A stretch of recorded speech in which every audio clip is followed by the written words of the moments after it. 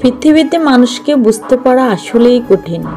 মানুষকে চিনতে সময় লাগে, কারণ কেউ দূর থেকেও পাশে থাকে, আর কেউ কাছে থেকেও বিশ্বাসঘাতকতা করে।